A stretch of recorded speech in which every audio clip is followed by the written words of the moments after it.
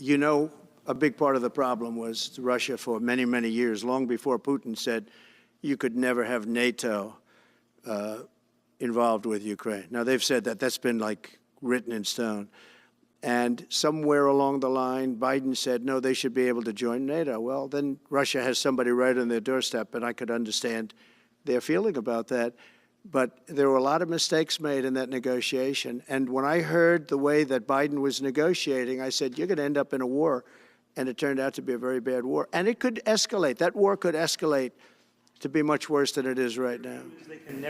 They had a deal which would have been a satisfactory deal to Ukraine and everybody else, but that Biden said, no, you have to be able to join NATO.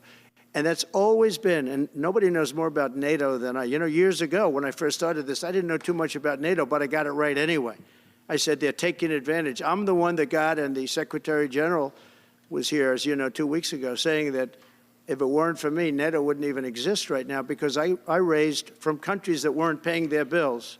At that time, 28 countries, 20 of them were not paying their bills, 21 to be exact. They weren't paying, or they were paying a very small portion. And I raised over $680 billion, that was the number he gave, by saying, if you don't pay, we're not going to protect you. And as soon as I said that, the money came pouring in.